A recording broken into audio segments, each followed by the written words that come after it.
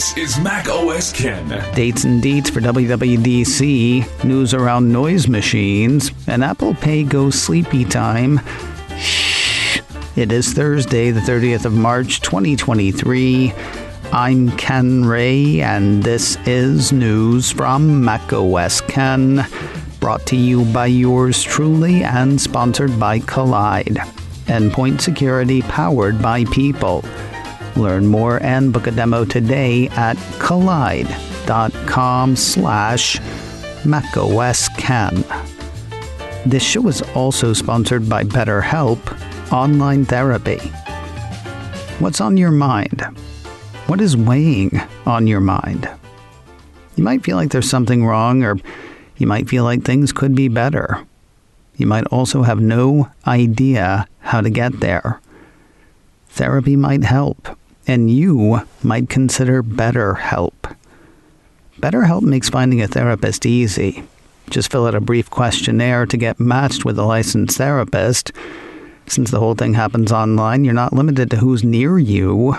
And if the therapist you end up with isn't a good match, switching is no trouble. And there's no additional charge. I love the online part. I've had a couple of BetterHelp therapists in the past. We had phone sessions, but we checked in by text as well. Less formal than the usual see you next week thing. More constant. If you're thinking of starting therapy, give BetterHelp a try. Discover your potential with BetterHelp. Visit BetterHelp.com/macOSCan today to get 10% off your first month. That's BetterHelp, HELP.com/macOSCan. BetterHelp.com/macOSCan. The wait is not nearly over, but it does have an end date. Apple issued a press release Wednesday announcing WWDC 2023, and once again, most people can stay home for it. Right off the top, the company said the entire conference will be available online for all developers, though they will do that day one field trip thing again. Free for all developers, the release says WWDC 23 will spotlight the latest iOS, iPadOS, macOS, watchOS, and tvOS advancements. As part of Apple's ongoing commitment to helping developers create innovative apps, the event will also provide them with unique access to Apple engineers, as well as insight into new technologies and tools to help them realize their visions. Quoted in the release, Susan Prescott, Apple's VP of Worldwide Developer Relations, who said, WWDC is one of our favorite times of the year at Apple because it's an opportunity to connect with the talented developers from around the globe who make this community so extraordinary. WWDC 23 is going to be our biggest and most exciting yet, and we can't wait to see many of you online and in person at this very special event. In person? That would be the aforementioned field trip. Just like last year, students and developers can apply through Apple's developer site or its associated app to attend a day one day at Apple Park, where they can watch the video keynote and State of the Union together. On top of the presentations, Apple says WWDC 23 will showcase winners of the Swift Student Challenge, submissions for which opened on Wednesday. Using Swift Playgrounds, the release says students from around the world are invited to create an app playground on a topic of their choice. Submissions are due in by the 19th of April. No pressure.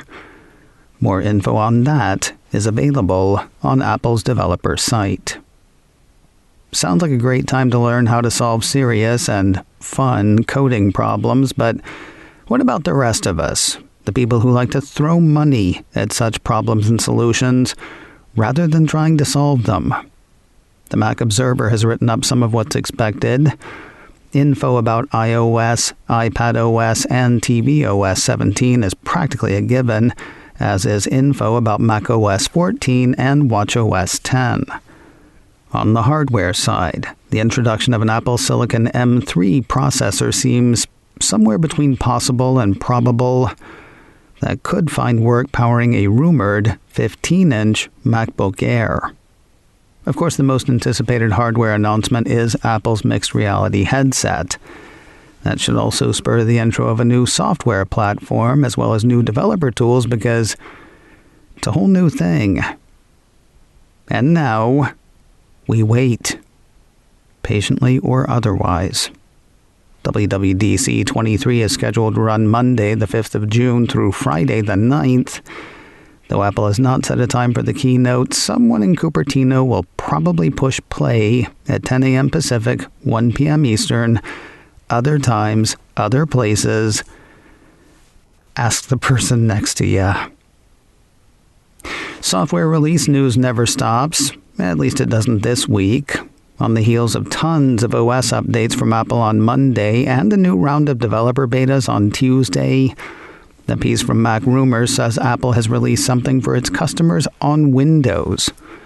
Apple on Wednesday released iTunes 12.12.8 for the computer world's other operating system. That is said by Apple to include security improvements and support for new devices. New devices? And nothing to get excited about, unless Apple's smart speakers still excite you. Mac Rumors figures the new devices mentioned probably pertains to the full-size HomePod, which Apple reintroduced in January. Speaking of HomePod, Apple's big smart speaker and its little sibling are hitting another market next week. Another piece from Mac Rumors says both HomePod and HomePod Mini are sailing now for Singapore. Orders for the devices kicked off today. Delivery and in-store availability should begin on Friday, the 6th of April. For noise a bit more personal, a piece from Apple Insider has word of a new set of Flex earbuds from Apple's subsidiary, Beats. The piece says Beats by Dre is collaborating with Verdy's Girls Don't Cry brand on a special edition pair of the stoppers. The upcoming earbuds come in blue with the signature red script of Girls Don't Cry, according to the piece, as well as a detachable heart charm. Apple Insider says the Girls Don't Cry X Beats Flex Edition will be available tomorrow, Friday, the 31st of March, in the Girls Don't Cry shop and Dover Street Market in the US, UK, and Japan for $69.99. Japanese graphic artist Verdy will also launch a pop-up retail shop at Rise Above Gallery in Osaka, Japan, to celebrate the release. You can catch a promo video for the release now on YouTube. More news in a moment, but first a word from today's sponsor, Collide. Endpoint security powered by people. I was so impressed when I first heard about Collide, how they work to make your workplace safer by getting your workforce on board with the whole security thing. Not just telling them what they need to do, but educating them as to why. No more IT chasing down smartphones and laptops. Collide gets your team bought in on securing your business. Now, if you're an Okta user, Collide can get your entire fleet to 100% compliance in the same way. The moment Collide's agent detects a problem, it lets the user know and gives the user instructions to fix it. They don't fix the problem within a certain amount of time, they're blocked. Sounds harsh, but seriously, unsecured devices are logging into your company's apps because there's nothing there to stop them. Collide's method means fewer support tickets, less frustration, and most importantly, 100% fleet compliance. Visit collide.com/macOSKen to learn more and book a demo. That's KOLIDE.com/macOSKen. Collide.com/macOSKen. The Apple Pay network took a power nap Wednesday afternoon. Apple Insider says a number of users reported being unable to use associated services. I will say I made a rare midday trip to the store on Wednesday and had a problem with Apple Pay. Couldn't pay with my iPhone, and naturally assumed that the problem was with the store, not Apple Pay. Not so. Apple Insider says the Cupertino company's status page showed off-and-on outages for Apple Pay, including Apple Card and Apple Cash. While the problem was widespread, it was relatively short-lived. The issues began around 1:15 Pacific, 4:15 Eastern. Apple listed the problems as resolved an hour and 40 minutes later. And finally today, folks have found another feature in this week's iOS 16.5 beta. That landed in developers' hot little laptops Tuesday, just one day after the release of iOS 16.4 and its ilk. What's new? A multifaceted Multiview experience for Apple TV, according to a piece from 9to5 Mac.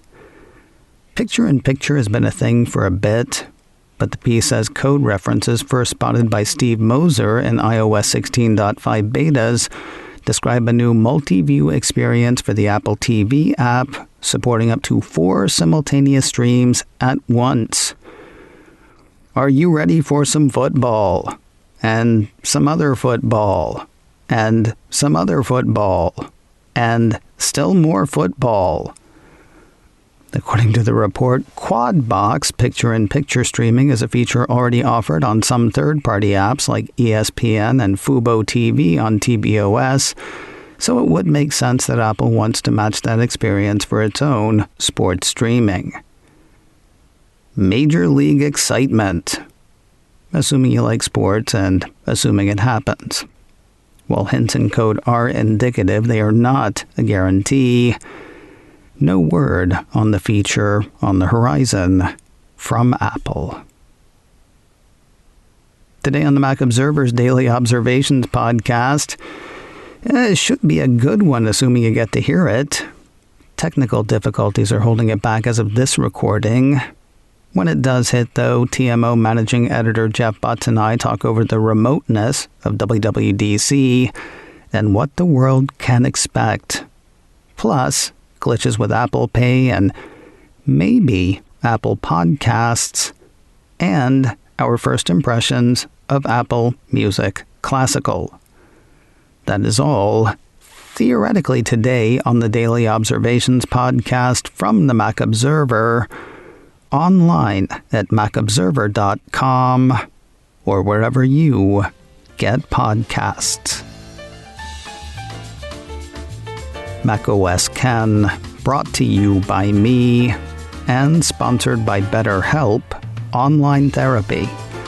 Get 10% off your first month at betterhelp.com/macOSKen. This show is also sponsored by Collide, endpoint security powered by people. Learn more and book a demo today at collide.com/macOSKen. Advertising handled by Backbeat Media, online at backbeatmedia.com. You can reach me a couple of ways. Info at macosken.com or call 716-780-4080.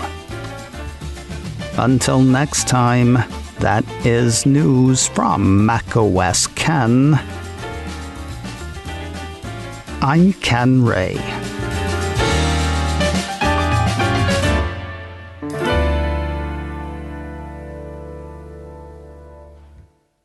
Ciao.